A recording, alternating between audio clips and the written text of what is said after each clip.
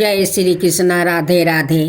साथियों, आइए हम सब मिलकर सुनते हैं शुक्र प्रदोष की व्रत कथा। धार्मिक ग्रंथों के अनुसार प्रदोष व्रत करने से भगवान शिव शंकर की पूर्ण कृपा प्राप्ति की जा सकती है।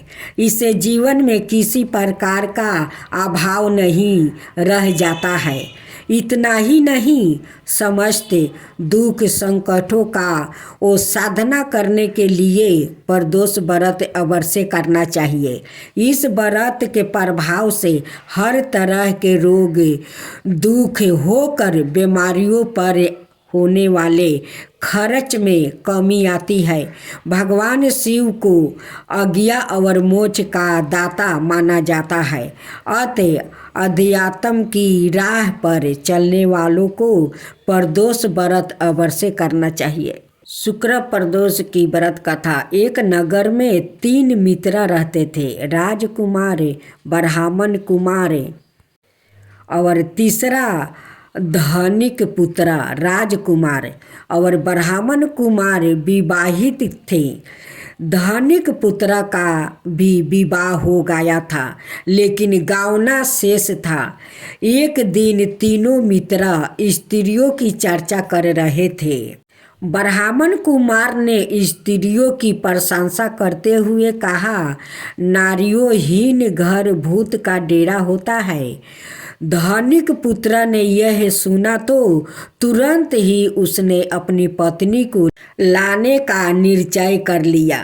तब धनिक पुत्र के माता पिता ने समझाया कि अभी शुक्र देवता डूबा हुआ है, ऐसे में बहू बेटियों को उनके घर से विदा करवा लाना शुभ नहीं माना जाता है। लेकिन धनिक पुत्र ने एक नहीं सुनी और ससुराल पहुंच गया। ससुराल में भी उसने मनाने की कोशिश की गई, लेकिन वो जिद पर अड़ा रहा और कन्या के माता पिता को उनकी विदाई करानी पड़ी। विदाई के बाद पति पत्नी शहर से निकले ही थे कि बैलगाड़ी का पहिया निकल गया और बैल की टांग टूट गई। दोनों को चोट लगी, लेकिन फिर भी वो चलते रहे। कुछ दूरी जाने पर उनका पाला डाकुओं से पड़ा, जो उनका धन लूट कर ले गया। दोनों घर पहुँचे। वहाँ धनिक पुत्र को सांप ने डांस लिया। उसके पिता ने वैद्य को बुलाया तो वैद्य ने बताया कि वो 3 दिन में मर जाएगा। जब ब्राह्मण कुमार को यह खबर मिली तो वो धनिक पुत्र के घर पहुंच गया और उसके माता पिता को शुक्र प्रदोष व्रत करने की सलाह दी और कहा कि इसे पत्नी सहित वापस ससुराल भेज दो।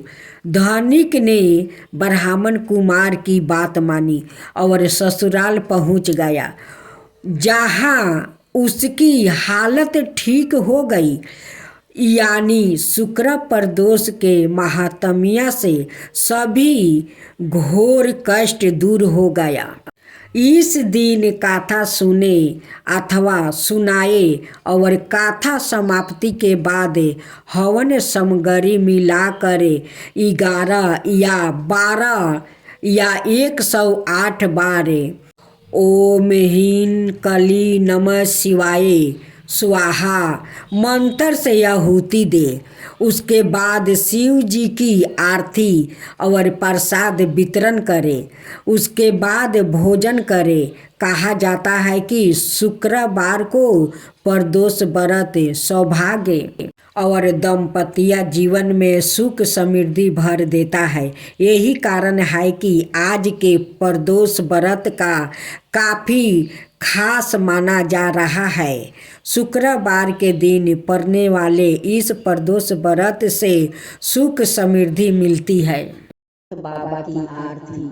सभी श्रद्धालु भक्त जनों को भोले भूतनाथ जी की आरती में स्वागत है। कानों में कुंडल सोहे, गले में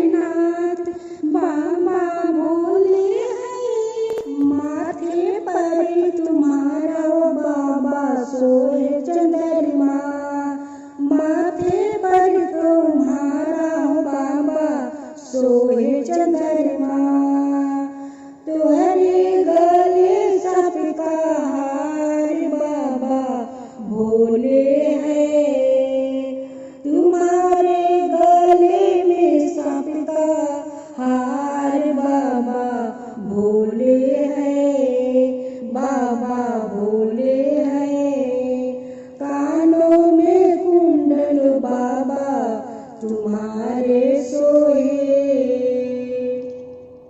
तुम्हारी जाटा में गंगा की धारा बाबा भोले है, बाबा भोले है, नंदी की सवारियों बाबा तुम्हारे सोहे, तुम्हारे संग में गौरी गणेश बाबा भोले है, बाबा भोले है, अक धतूरा खाओ बाबा तुम्हारे भोग लागे है, भक्त मंडल बाबा ओ आंसू अरदास करो, महान दर्शन दिखाओ आज बाबा, दर्शन दिखाओ आज बाबा, दर्शन दिखाओ